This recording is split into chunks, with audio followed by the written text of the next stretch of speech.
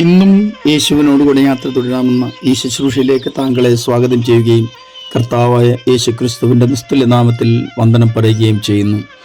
ലോകത്തിൻ്റെ അനുഗ്രഹത്തെക്കാൾ ദൈവത്തിൻ്റെ അനുഗ്രഹം ശാശ്വതമാണെന്നത് ഏതൊരു വിശ്വാസിക്കും അറിവുള്ള കാര്യമാണ്. അതുകൊണ്ട് ലോകത്തിലൊരുപക്ഷെ അല്പം അനുഗ്രഹം കുറഞ്ഞാലും ശാശ്വത അനുഗ്രഹത്തിന് വേണ്ടി ഓടുക എന്നുള്ളത് ദൈവത്തിൻ്റെ വചനപ്രകാരം വിശ്വാസികൾ, ദൈവമക്കൾ അനുവർത്തിക്കാറുള്ള കാര്യമാണ്. അതിൻ്റെ അർത്ഥം ദൈവവചനപ്രകാരം ഓടിയാൽ ഈ ലോകത്ത് അനുഗ്രഹമൊന്നും ലഭിക്കത്തില്ലെന്നല്ല.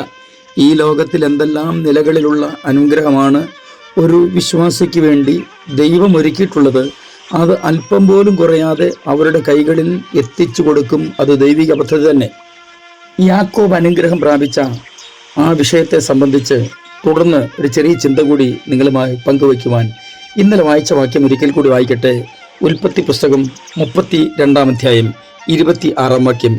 എന്നെ വിടുക, ഉഷസ് ഉദിക്കുന്നുവല്ലോ എന്ന് അവൻ പറഞ്ഞതിന് നീ എന്നെ അനുഗ്രഹിച്ചല്ലാതെ ഞാൻ നിന്നെ വിടുകയില്ല എന്ന് അവൻ പറഞ്ഞു.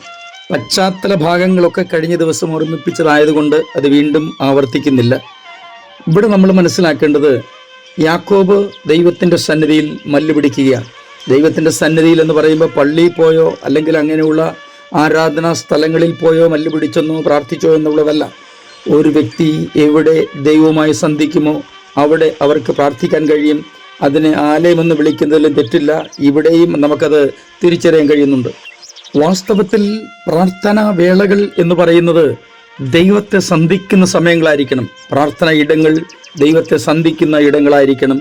ദൈവവുമായി നമുക്ക് ബന്ധപ്പെടുവാൻ കഴിയണം. അങ്ങനെ വ്യക്തിപരമായി ദൈവവുമായിട്ട് ഒരു എൻകൗണ്ടറിൽ നമ്മൾ എത്തുമ്പോഴാണ് നമ്മുടെ പ്രാർത്ഥനയ്ക്ക് നമുക്കൊരു സംതൃപ്തി ഉണ്ടാകുന്നത്.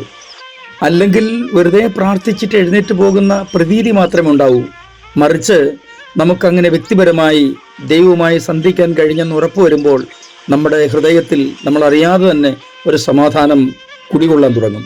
അബോക്കടവിൽ താൻ ഏകനായി അവശേഷിച്ച് തനിക്കുള്ളതെല്ലാം അക്കരെ കടത്തിയിട്ട് ദൈവത്തിൻ്റെ സന്നിധിയിൽ അല്ലെങ്കിൽ ദൈവവുമായി മല്ല് പിടിച്ചു എന്നല്ലേ നമ്മൾ മനസ്സിലാക്കുന്നത്. അവിടെ യാക്കോബ് പറയുന്ന ഒരു പദപ്രയോഗമുണ്ട്, ഞാൻ ദൈവത്തെ മുഖാമുഖം ദർശിച്ചു.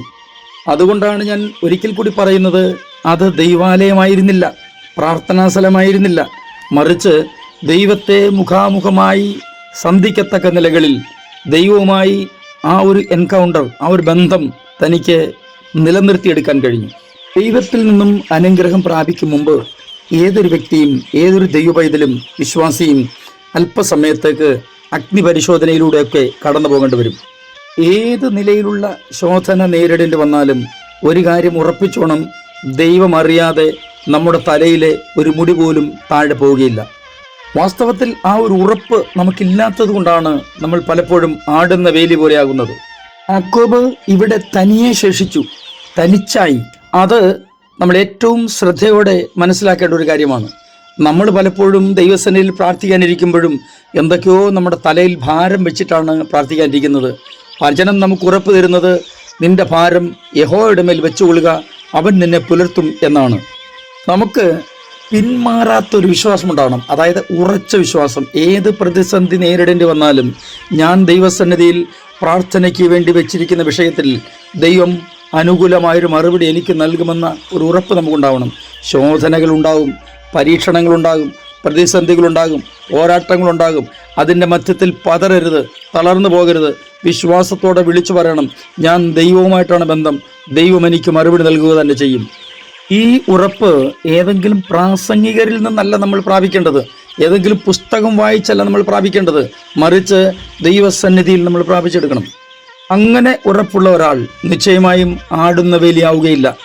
തുടർന്ന് താഴോട്ടുള്ള വാക്യങ്ങളിൽ ഇങ്ങനെയാണ് എഴുതിയിരിക്കുന്നത്, അവിടെ വെച്ച് യഹോവ അല്ലെങ്കിൽ ദൈവം യാക്കോബിനെ അനുഗ്രഹിച്ചു. നിങ്ങളുടെ അനുഗ്രഹത്തിൻ്റെ ദിവസങ്ങളായി മാറട്ടെ. സ്വർഗീയ പിതാവേ, എൻ്റെ എല്ലാ പ്രിയപ്പെട്ടവരെയും അങ്ങയുടെ കരങ്ങളിലേക്ക് ഏൽപ്പിച്ച് അനുഗ്രഹിച്ച് പ്രാർത്ഥിക്കുന്നു. ജീവിതത്തിലെ ഏത് പ്രതിസന്ധിയിലും ഉറച്ചു നിന്ന് അങ്ങയിൽ വിശ്വസിച്ച് പ്രാർത്ഥിപ്പാൻ കൃപ നൽകണമേ. യേശു ക്രിസ്തുവിൻ്റെ അൻപുള്ള നാമത്തിൽ തന്നെ, ആമേൻ.